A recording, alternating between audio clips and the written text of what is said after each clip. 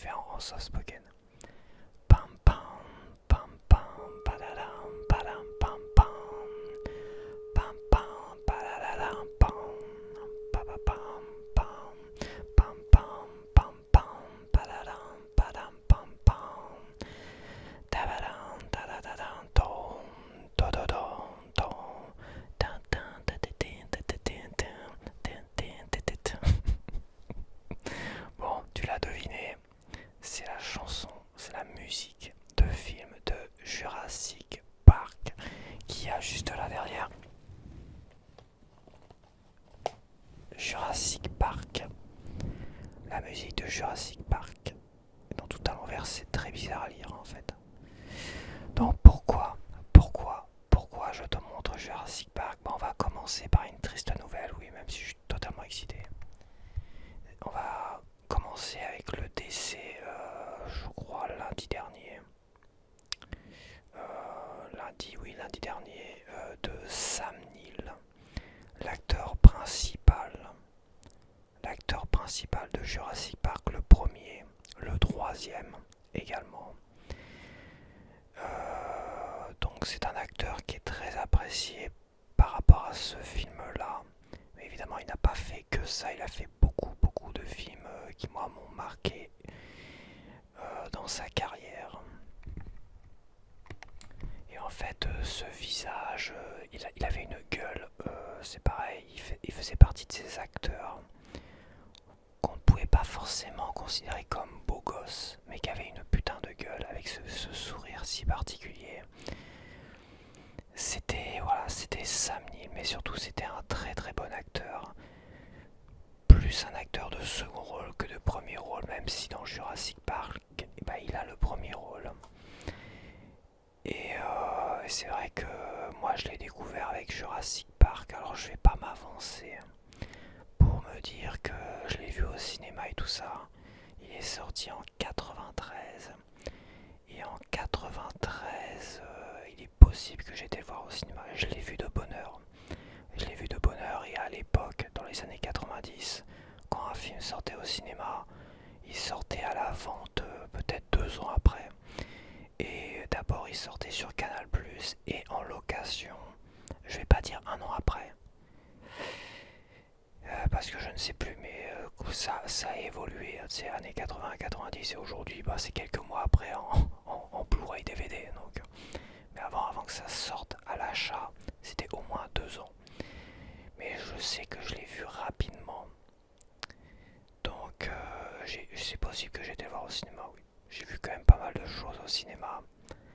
Mais à partir de 94, j'ai tout vu au cinéma. Avant 94, c'est assez vague et je n'ai pas tout vu au cinéma, évidemment. Parce que j'étais un poil trop jeune encore, 93. À partir de 94, j'étais un adolescent. J'ai commencé à devenir un adolescent qui prenait un peu ses libertés et puis partait aller voir au cinéma tout seul, sans ses parents et tout ça. Ou sans ses grands frères et compagnie, tu vois. Donc oui, c'est pour ça que je dis avant 94. Je me rappelle avoir vu Les Visiteurs avec ma mère, L'Arme Fatale 3, Alien 3, Les Maîtres de l'Univers, le tout premier SOS Fantôme que ma grand-mère m'avait emmené, enfin, elle m'avait laissé devant le cinéma, mais là j'étais très jeune, SOS Fantôme. Quoi qu'il y ait peut-être 1 ou 2 années de décalage par rapport au cinéma de Douve la Délivrande. C'était peut-être pas l'année de la sortie, peut-être un peu après, tu vois. Donc voilà, c'est pas. J'ai été voir Oliver et compagnie. Euh, j'ai été voir Batman de Tim Burton tout seul alors que j'avais que 11 ans, j'avais pas encore 12 ans. Tu vois, c'est pas beaucoup de films. Avant 14 ans, c'est une poignée de films. Après 14 ans, j'ai tout vu. Après, entre 14 ans et 20 ans, je peux dire que j'en ai vu un paquet. Il n'y a que à l'armée où j'en ai vu que quelques-uns seulement. Oui, parce que l'armée, j'étais un peu occupé à autre chose que d'aller au cinéma. Mais les seuls films que j'ai été voir au cinéma à l'armée, c'était L'Arme Fatale 4. Et j'avais dû aller voir Titanic. J'étais pas à l'armée, j'étais plutôt en permission quand j'étais voir Titanic. Et L'Arme Fatale 4, on était à l'armée. avec des potes militaires, on a été voir L'Arme Fatale 4. Là-bas, à Arras. Oui, j'imagine que c'était à Arras, quoique... Ah non, c'est vrai que je dis une connerie. On était aussi à Calais quand j'étais en mission Vigipirate, des trucs comme ça, à Calais, avec un autre pote. Oui, un autre pote que je voyais moins, parce que c'est bon, c'est compliqué l'armée, bon. C'est vrai que j'ai pas fait toutes mes vidéos sur l'armée, bon, à un moment donné, c'est compliqué à se rappeler les choses, c'est tellement compliqué que j'ai peur d'oublier tellement de choses et que finalement, bah, j'ai l'impression de rien raconter, quoi. À chaque fois que j'enregistre une vidéo sur des vieux souvenirs comme ça, je me dis mais il y avait tellement de choses à raconter, comment ça se fait que je me suis pas rappelé sur le moment ça et ça. Et j'ai été voir le loup-garou de Londres, non de Paris, pas de Londres, c'est beaucoup plus vieux le loup-garou de Londres. Je l'ai vu mais j'ai été voir le loup-garou de Paris, et oui. Et on avait hésité entre Event Horizon et le loup-garou de Paris. Et avec mon frère, on avait été voir Event Horizon. Et Event Horizon, et ben c'est aussi un film avec Sam Neill où il tient le rôle principal. Mais c'est plus un film d'horreur. Alors j'adore. Dès que je chuchote, Alexa se met à chuchoter des trucs. Ça y est, t'as fini, hein. Je pense qu'elle marmonne. J'ai été voir ce film-là avec mon frère, avec Sam Neill. Alors tu vois son visage de Sam Neill. Il y a Laurence Fishburne qui est à côté. Donc voilà, cet acteur. Et Event Horizon, bon c'est un film quand même fantastique, horreur, ça reste quand même super flippant. Les films qui m'ont marqué, bon je vais revenir sur Sam Neill, hein, les films qui m'ont marqué, bah, Jurassic Park évidemment, je pense que ça a marqué des générations entières, toutes les générations d'adolescents de l'époque, même des adultes.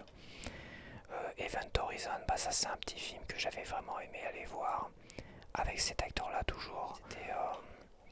C'était avant l'armée, c'était avant Event Horizon. Je crois que j'ai un doute, c'est l'antre de la folie de John Carpenter. Alors j'adorais John Carpenter et cet acteur-là, bah, il commençait à être vraiment connu grâce à Jurassic Park, hein, dans les années 90. On le connaissait surtout grâce à Jurassic Park, même si on avait dû le voir dans la leçon de piano qui avait dû être tournée avant Jurassic Park, quoi que j'ai un doute, quoi, c'est quasiment sûr que si d'ailleurs. Donc oui, mais la leçon de piano que j'ai vue, je m'en rappelle vaguement parce que je l'ai vu une fois il y a très longtemps. Et c'est pas un film qui m'a marqué plus que ça. Quoique, un petit peu quand même, il y a des scènes qui m'ont marqué. À un moment donné, je crois qu'il cherche à... c'est une pianiste et elle tente de transporter le piano. Elle veut transporter le piano vers son nouveau mari, tu vois. Je crois que c'est... comment il s'appelle? Il n'y a pas Harvey Keitel qui joue dedans. Et de ce que je me rappelle. Et finalement, elle arrive sur une plage. Et son nouveau mari, qui est joué, je crois, par Sam Neill. Ouais, c'est ça, son nouveau mari, c'est Sam Neill. Mais tu vois, les visages, j'ai un peu de mal, toi. J'ai un peu de mal à remettre les visages. Je me rappelle le contexte, évidemment. Où elle s'est mariée. C'était des mariages un peu forcés, tout ce que tu veux. Hein. Les mariages d'arrangement. Et en fait, elle arrive sur une plage et elle a son superbe piano parce que c'est une pianiste, d'où le nom, la leçon de piano. Finalement, de ce film, quoi, ça commence à me revenir, le fait d'en parler, tu vois, l'histoire. Et en fait, son nouveau mari dit bah non, on peut pas transporter le piano, vous voyez pas, il passe à travers une colline et tout ça, les petits chemins et compagnie. Il dit non, je suis désolé, le piano on peut pas le transporter, donc on l'abandonne sur la plage. Et pour elle, c'est tout ce qu'elle avait, son piano, et c'était son précieux d'une certaine manière. Et je crois que c'est Harvey Keitel, je crois que c'est l'acteur joué par Harvey Keitel, à moins que ça soit le contraire. Tu vois, là c'est vague. Qui finalement décide de récupérer le piano.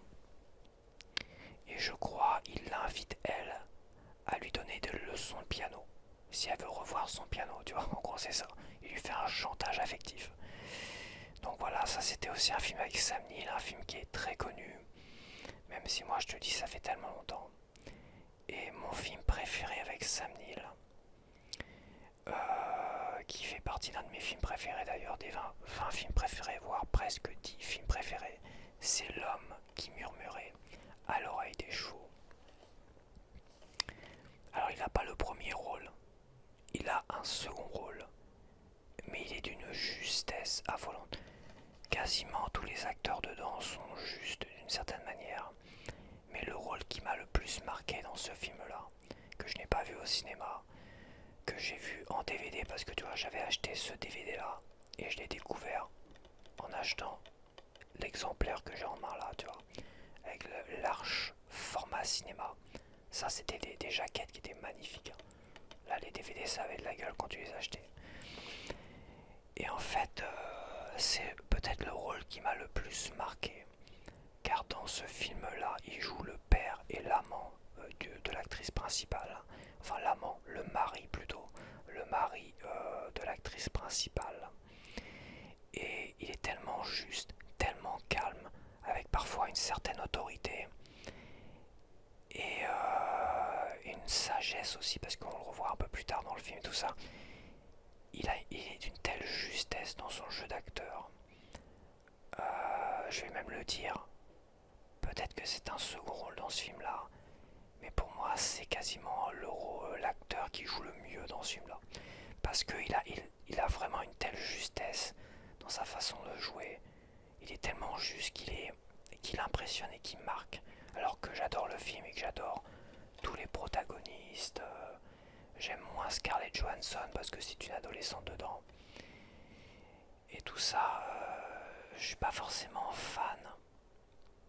C'est le film en lui-même que j'adore. Il y a tellement de choses que j'adore dans ce film-là. Mais au niveau du jeu d'acteur, Sam Neill est celui qui m'a le plus marqué dans ce film-là. Voilà. Que dire de plus? Après, il y a d'autres films. Là, il n'y a rien qui me vient en tête. Il y a L'Antre de la folie qu'on a été voir au cinéma. C'est vrai que ça, c'est un film de fou furieux. Mais un film de fou furieux. Et ça fait tellement longtemps que je ne l'ai pas vu. Mais c'est un film mythique aussi. Avec cet acteur-là qui a le rôle principal. Et c'est un rôle de fou furieux, quoi. Je me rappelle, bah, c'est un film de fou furieux, quoi. C'est un film psychologique, on va dire fantastique horreur. Et ça ressemble énormément à Event Horizon dans un autre genre. Là où Event Horizon, c'est un film fantastique sur l'espace. Mais il y a aussi le côté psychologique et folie dedans. Pour ceux qui ont vu Event Horizon, et bah, L'Antre de la folie, Event Horizon, c'est vrai que c'est ces deux films où c'est l'acteur principal, Sam Neill est l'acteur principal, et à la fois ça parle de folie, horreur, folie, tout ça. C'est vrai qu'il a marqué aussi pour ces deux films-là beaucoup de beaucoup de beaucoup de gens, de personnes de ma génération des années 90. Donc ce n'est pas que Jurassic Park, voilà, Jurassic Park oui effectivement, mais Jurassic Park c'est énormément de bons acteurs dedans. Il y a Jeff Goldblum aussi qui est énorme dedans. Mais c'est vrai que Jeff Goldblum et Sam Neill dedans, c'est vrai qu'il marque dur. Il y a Samuel L. Jackson aussi qui joue dedans un petit rôle, qui n'était pas encore très très connu. Et puis voilà, c'était mon petit hommage à Sam Neill, il fallait quand même que j'en parle, comme ça c'est la vie. Et bah, c'est encore un acteur qui a marqué, qui moi m'a marqué sur pas mal de films. Des films, bah, Jurassic Park, je l'ai limite trop vu, hein, donc son visage, il est tellement familier, ce sourire, tout ça. Ce petit sourire, il a pas le large sourire, il a le petit sourire, tout fin, tout ça, qui me marque. Il a ses mimiques et tout ça dans Jurassic Park, tu vois, il a ce charisme, un charisme de fou. Donc voilà, je voulais parler de Sam Neill et voilà. Je vais faire le tour parce que je vais pas trop traîner parce qu'il y a le match de foot, la petite finale là, contre l'Angleterre. Et j'ai quand même envie de le voir. Et attends, ça fait du bruit tout ça. Je vais éteindre le son parce que sinon ça va me hurler dans les oreilles. Alors je vais voir les films. Alors je fais, si tu n'es pas au courant, je fais une série le mercredi sur de défis de films. Donc mes abonnés m'envoient par email une vingtaine de titres. Et bah, le défi c'est de savoir si je les ai vus ou pas, puis on parle de films et tout ça, et on suggère des films à regarder et compagnie. Donc il y a peut-être des choses qui te font envie parce que je lis aussi les synopsis et tout ça, donc voilà, c'est une série de films qui est intéressante. Et dans une des dernières, je dirais, pas la dernière mais l'avant-dernière série qu'on m'a proposée, j'ai été voir deux films qui étaient sur Prime. Et on va parler de ces deux films-là. Alors je crois que c'était sur Prime, hein. Peut-être que pour l'un je me trompe. Évidemment c'est compliqué. Tiens, il y a Jurassic Park sur Prime. Si tu veux voir Sam Neill. Voilà, si tu connais pas Jurassic Park, hein, peut-être qu'il y en a qui connaissent pas Jurassic Park. Il me tient chaud. Il me tient super chaud. Je vais mettre le niveau 2 de mon ventilateur parce que là...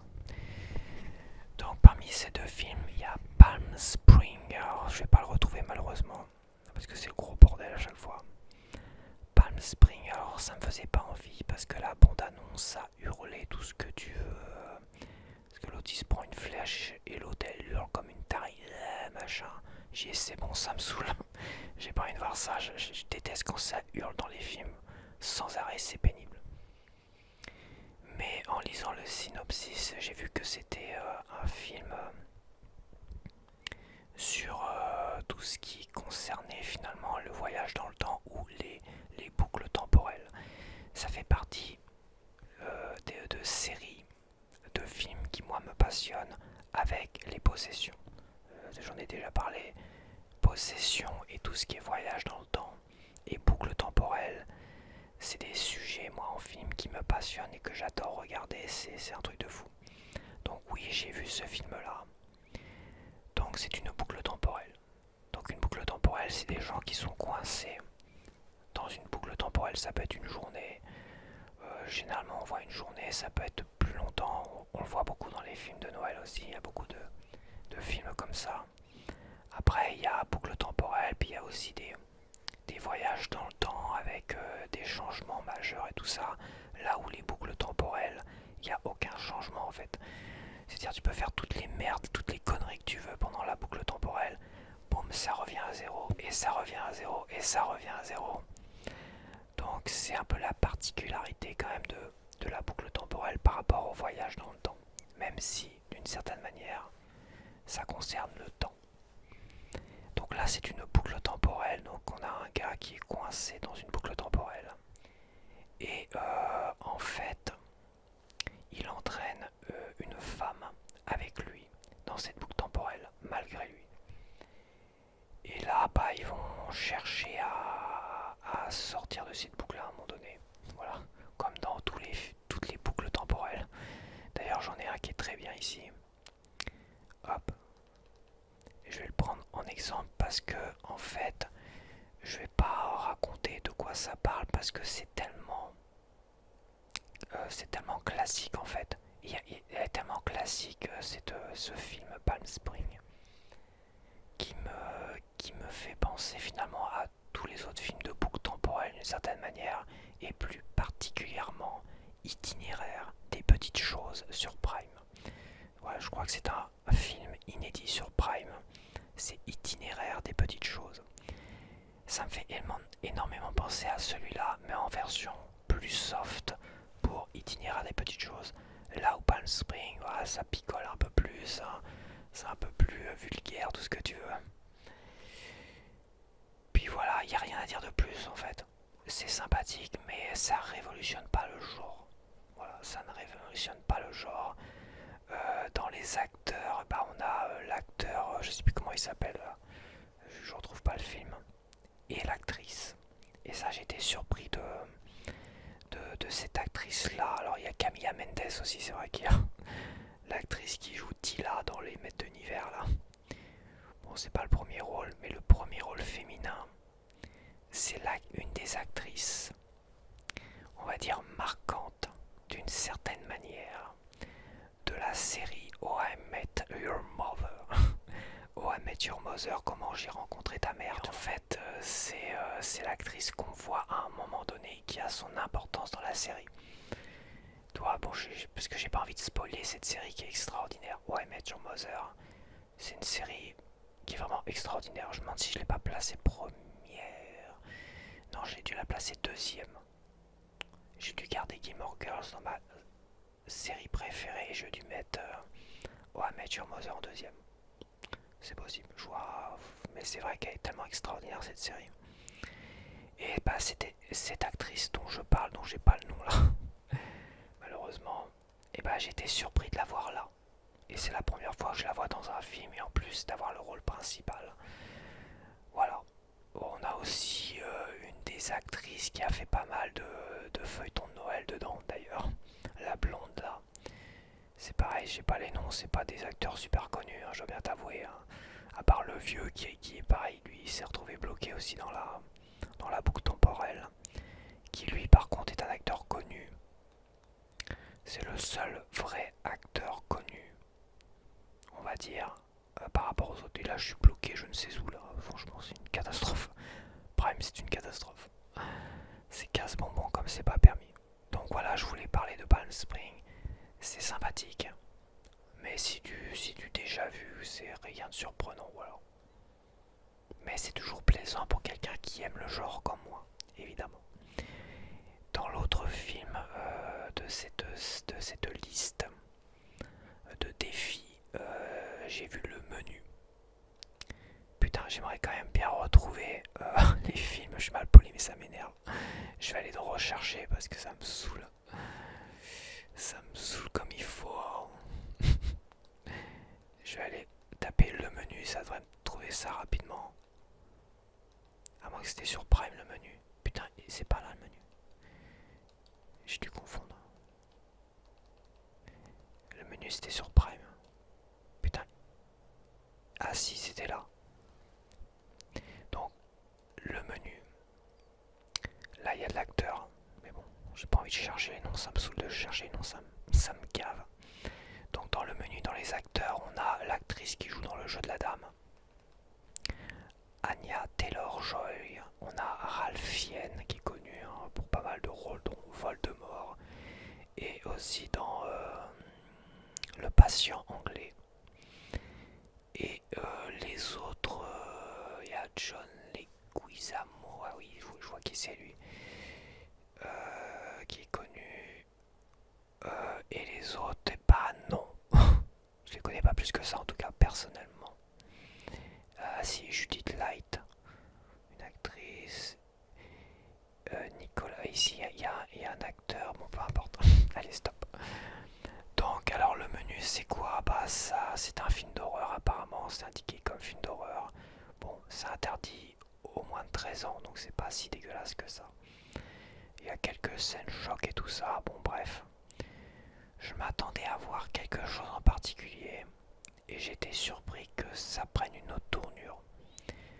Après,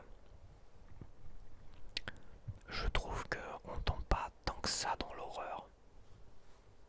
On tombe pas tant que ça dans l'horreur parce que personnellement, si moi j'étais parmi ces gens qui se retrouvent là pour ce fameux menu, tu vois, dans ce restaurant, je pense qu'il m'aurait fallu plus que ça pour arriver à me retenir, d'une certaine manière.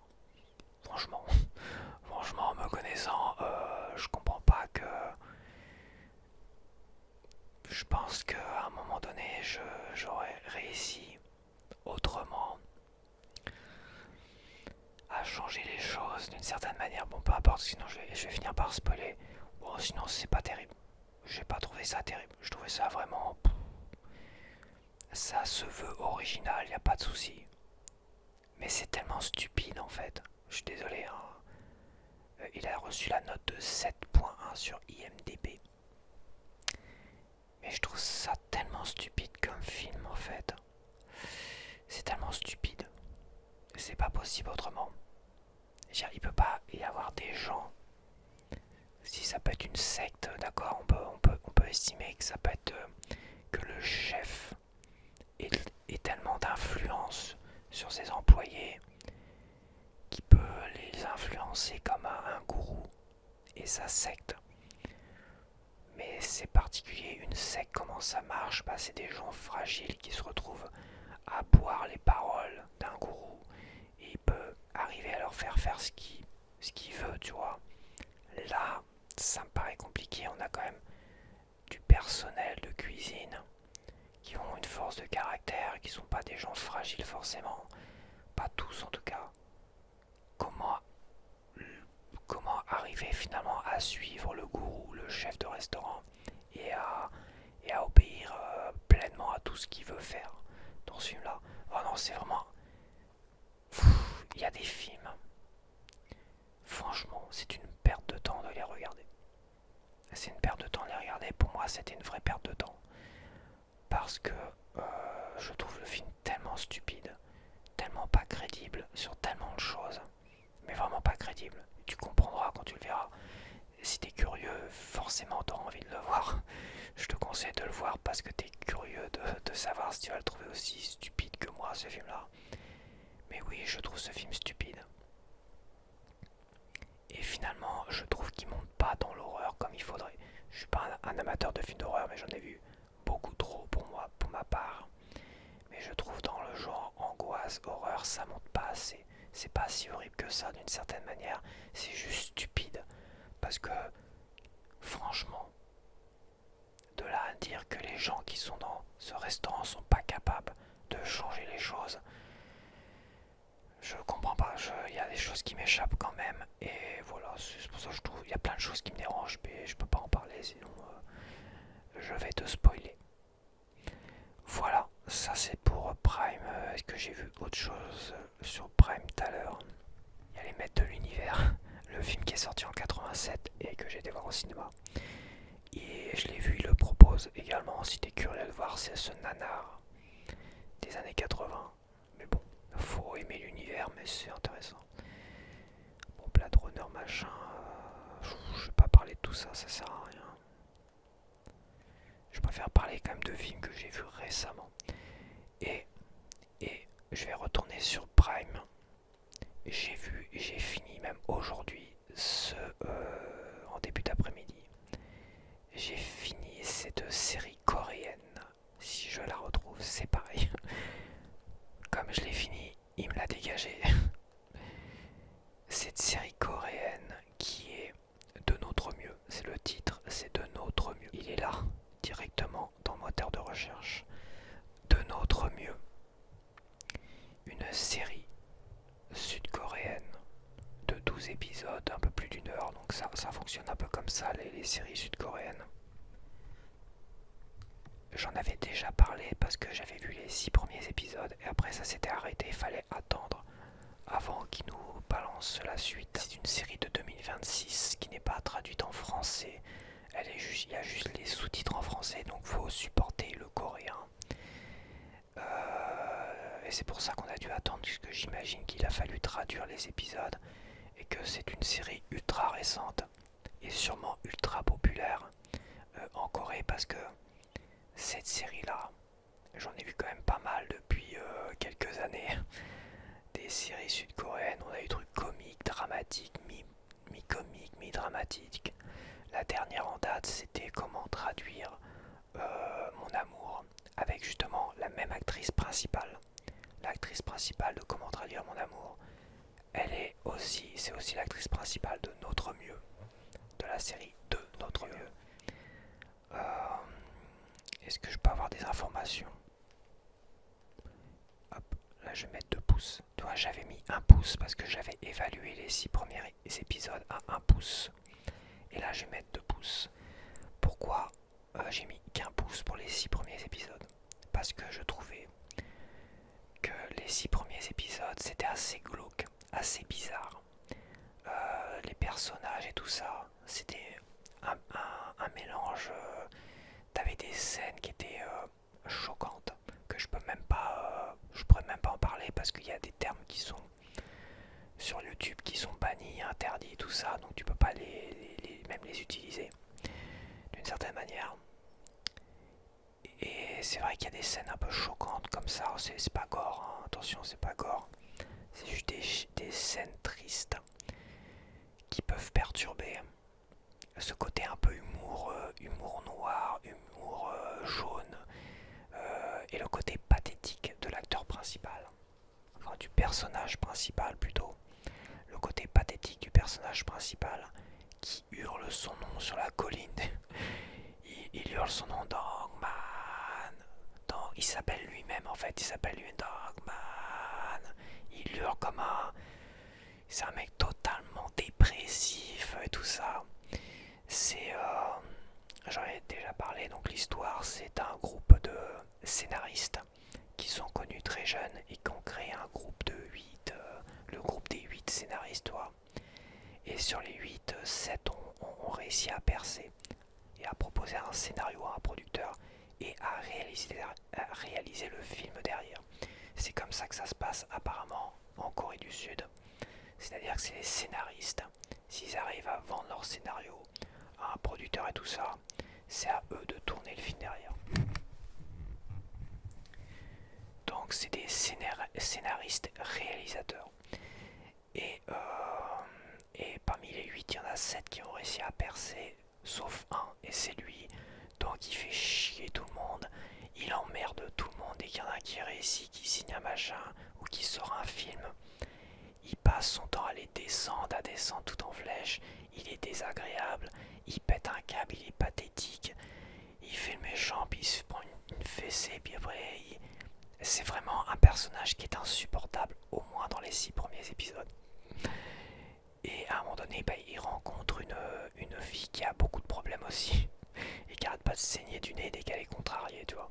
Ouais, c'est très particulier. Franchement, rentrer dedans avec 6 épisodes, c'est très particulier. Et voilà la deuxième partie de la série. Qui là, finalement, tu connais les personnages. Moi, je l'avais lâché pendant des mois, hein, cette série-là. Le temps qu'ils remettent les épisodes et le temps que je m'y remette, j'ai pris mon temps. Donc je connaissais les personnages et finalement, j'ai pris du plaisir à retrouver ces personnages, en fait. Et là où je le trouvais pathétique, il commençait à me faire rigoler. Et j'ai trouvé, parce que la série c'est de notre mieux. Donc t'imagines que au départ t'as des gens qui sont pathétiques, qui pètent un câble, qui sont dépressifs, tout ce que tu veux. Évidemment de notre mieux, ils vont tout faire pour aller mieux, quoi.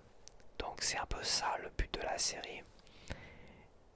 Et en fait, même s'il y a encore plein de passages que je trouve encore assez pathétiques, je trouve que ça m'a fait rigoler et ça m'a ému. Encore, ils arrivent à m'émouvoir quand même sur pas mal de points, les Coréens avec leurs séries.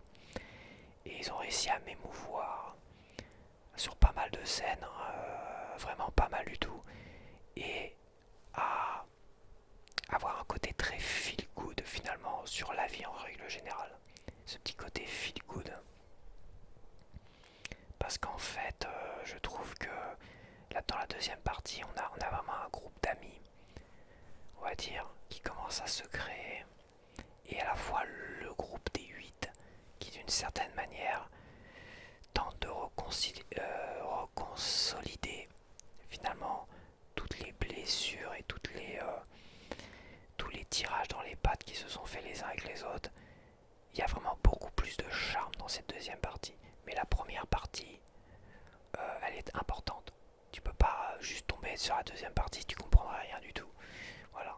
Et c'est vrai que en 2 parties comme ça, peut-être que c'était important, peut-être que c'est pas fait exprès, c'est parce qu'ils étaient en train de finir de tourner les épisodes, hein, qui sait. Bref. Et aujourd'hui j'ai mis 2 pouces là parce que je trouve que la série est super bien, super touchante. L'acteur principal, il m'a fait rigoler finalement. Ce côté pathétique, sa façon de s'habiller, des fois, j'étais mort de rire. Et en fait, tu le trouves touchant. Là où tu le trouvais pathétique, comme les autres, hein, d'ailleurs, les autres le trouvaient pathétique. Et tu le trouvais super touchant à son côté un peu foufou, folie. Ou même quand il hurle sur la colline, ça me fait délire. Il hurle Dogman, Dogman pendant des minutes, enfin, j'imagine des heures entières. Sur la colline qui surplombe la ville et tout ça.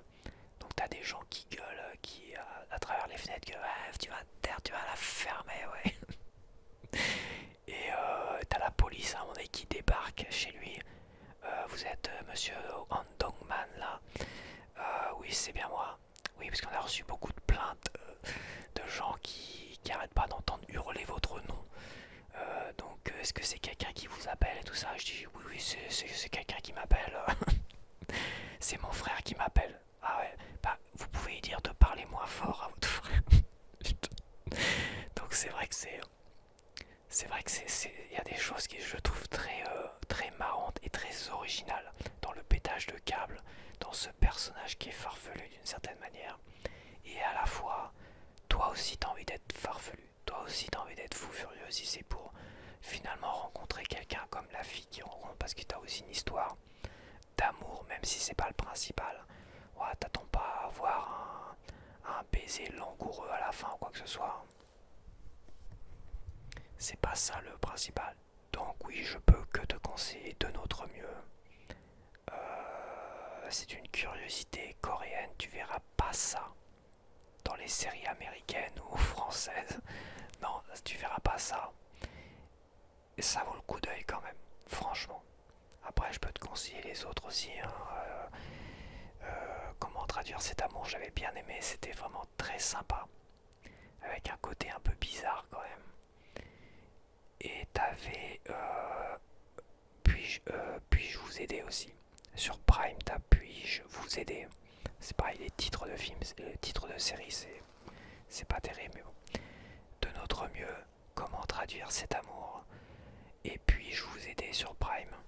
Ça, c'est des trois séries que je trouve très très intéressantes. Il y en a eu une autre aussi, une histoire un peu de mafia, de mafieux. Je me rappelle plus du tout d'ailleurs. C'est ça, j'ai retrouvé le nom de la série.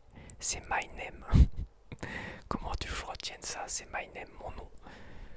My Name, dévastée par le meurtre de son père, une femme mise sa vengeance sur un puissant caïd de la pègre qui la charge d'infiltrer la police. Voilà, ça y est, ça me revient.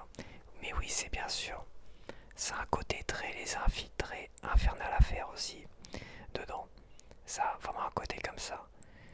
Parce que en fait, son père était un caïd qui était pote d'un mafieux. Voilà, c'était un mafieux qui était pote d'un autre mafieux. Et il se fait descendre et tout ça. Elle, elle sait pas qui l'a vraiment descendu. Elle ne le sait pas. Et à un moment donné,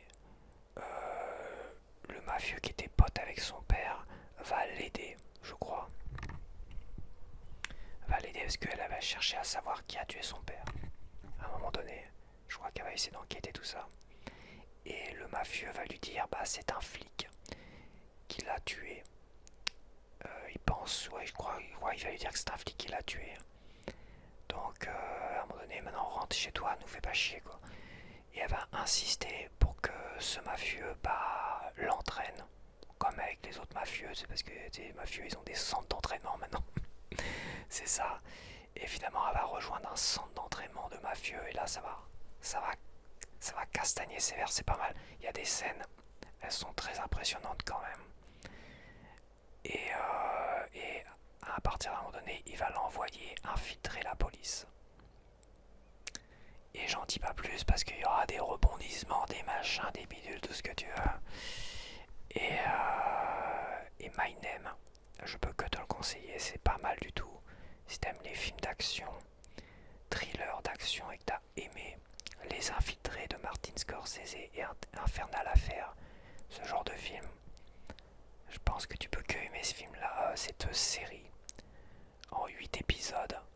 Donc c'est une série d'action, interdit au moins de 16 ans parce que ça bastonne du rien, ça gicle. Et bah oui, c'est l'actrice principale, je l'ai pas revue ailleurs celle-là.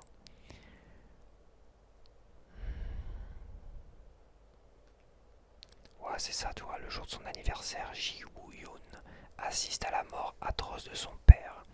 Prête à tout pour se venger, la jeune femme se lance à la recherche de l'assassin. Donc ouais, ça c'est mes 4 séries que je peux que te conseiller. 4 séries coréennes que je peux que te conseiller, que j'ai vraiment adoré. My Name, une série d'action, 8 épisodes qui est sur Netflix. Comment traduire cet amour, qui est une série romantique, comédie romantique, mais avec un côté un peu glauque, mystérieux. C'est très typique coréen. dire cet amour qui est sur Netflix.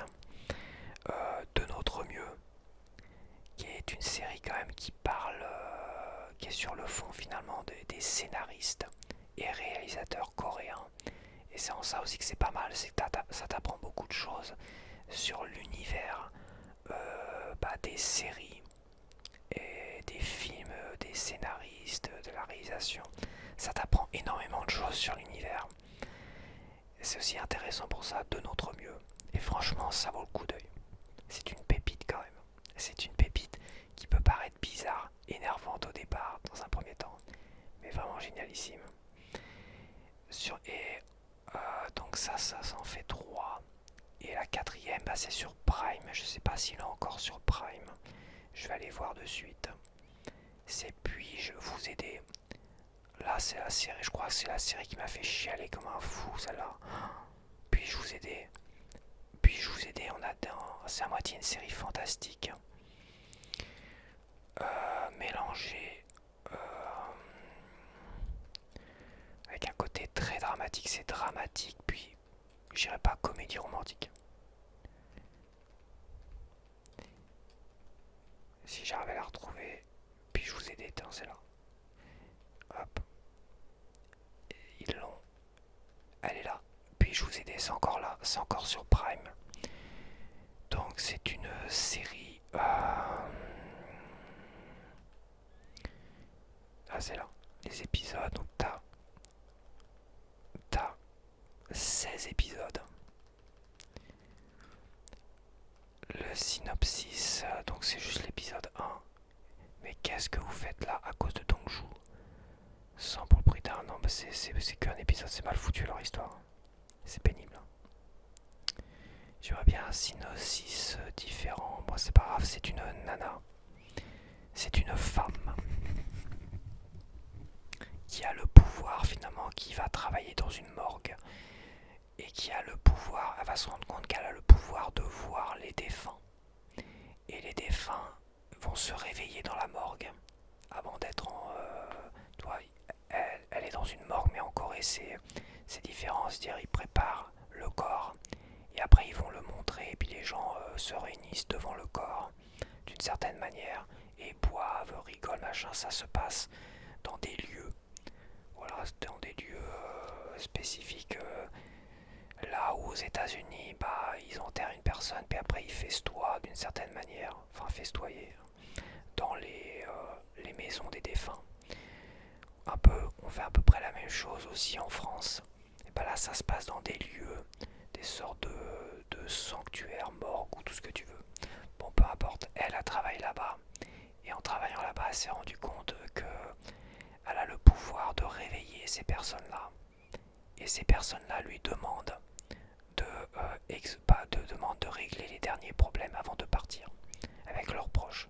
Donc elle va tout faire d'une certaine manière pour aider les défunts à régler des derniers détails avec les proches et tout ça. Et dedans, elle va rencontrer un homme et il va se passer beaucoup de choses en fait. Et je peux pas en dire plus, car cette série-là est juste incroyable parce que t'as le côté un peu dramatique, fantastique, qui est intéressant et qui fait chialer énormément tout ça. Mais le pire, c'est que t'as une deuxième couche à tout ça, et c'est ça, c'est typique coréen. Et la deuxième couche, tu rentres dans un côté thriller. T'as un côté thriller, tu verras ça, un peu inquiétant et tout ça, et là, waouh, tu dis putain, je m'attendais pas du tout à ça, c'est un truc de fou. Donc toi, t'as une partie, une première couche fantastique. Il y a un peu de comédie, c'est très léger, mais ça reste quand même très dramatique. Ça reste léger. C'est pas, tu vas pas te fendre la gueule non plus. Bon, les autres non plus. C'est très particulier, c'est très coréen, mais la deuxième couche où tu rentres dans une forme de thriller, c'est surprenant. C'est surprenant, c'est pas mal du tout. Puis je vous ai des sur Prime. Voilà, ça c'est 4 séries coréennes. Je peux que te les conseiller. Peu importe, regarde-les en langue. Je sais pas si généralement il n'y a pas forcément de français. Je ne sais pas. Je sais pas s'il y a du français. sur celle-là. Il n'y a pas de français sur puis-je vous aider, hein. Comme de notre mieux, il n'y a pas de français. Et pour comment traduire cet amour, je ne sais plus du tout. Je crois qu'il y a du français d'ailleurs. J'ai dû le regarder en total français. Et My Name, je m'en rappelle plus. Bon bah je vais arrêter là quand même. Pour ma chaîne, c'est pareil, j'en ai déjà parlé là. Et les jeux vidéo, bah y a pas grand chose à dire. J'ai fait des vidéos réactions là depuis quelques semaines, toutes les semaines. Bon, les gens s'en fichent un peu, hein. C'est vrai qu'on tourne un peu en rond. Je pense que ça sera plus intéressant là. Va falloir attendre septembre minimum avant d'avoir des choses intéressantes au niveau du jeu vidéo. Là, l'été, tu vois, c'est mort, hein. Il n'y aura pas grand chose. Il n'y aura pas grand chose, il n'y aura pas de grandes annonces. Et PlayStation va tout faire comme les patrons, ils balancent des mauvaises nouvelles au début de l'été et après, hop, ils attendent que ça se tasse pour septembre.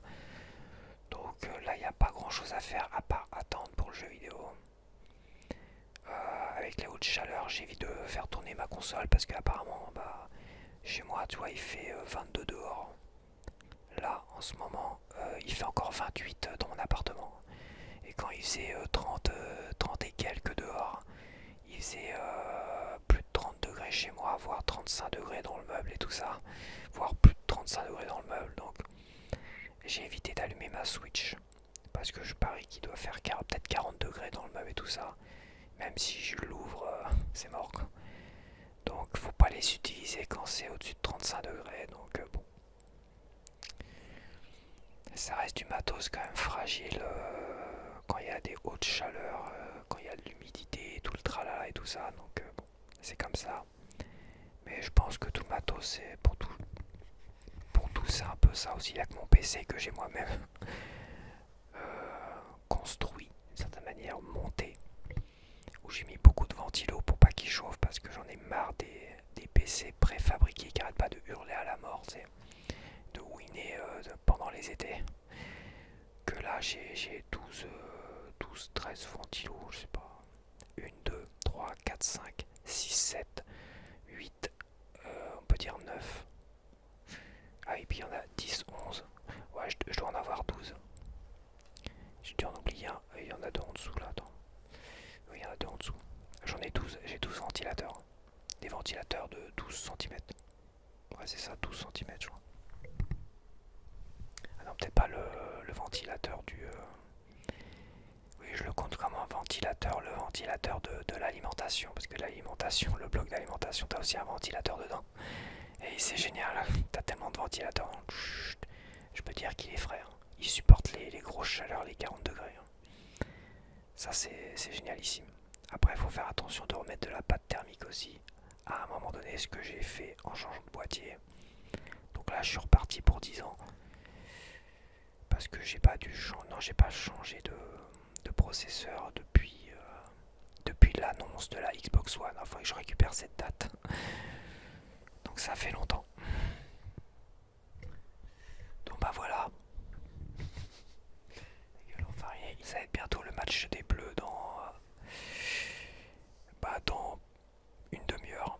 Ce sera le lancement dans une demi-heure, le dernier match. On va regarder ça. Ouais, j'espère qu'ils vont nous faire rêver avec un super beau jeu en marquant plein de buts. C'est le minimum parce que c'est vrai que le match contre l'Espagne, ça a été, ma foi, c'était pas décevant parce que moi, ils m'ont pas déçu. Ils m'ont enchanté pendant toute la compétition. C'est juste que je comprends pas. J'ai vu un titre, je crois, je sais plus. J'ai vu un titre de vidéo comme ça passer. J'ai pas regardé la vidéo. Où on parlait d'hallucination collective. On a halluciné ce jour-là, ce soir-là. On a tous halluciné, même les joueurs ont halluciné, tout le monde a halluciné. On n'a pas compris ce qui s'est passé. Parce qu'on avait vraiment les armes pour gagner. On avait vraiment les joueurs pour gagner. Et va savoir pourquoi. Bon, j'arrête là parce que le match commence en quelques minutes. Allez, je te dis à la prochaine. Bye bye.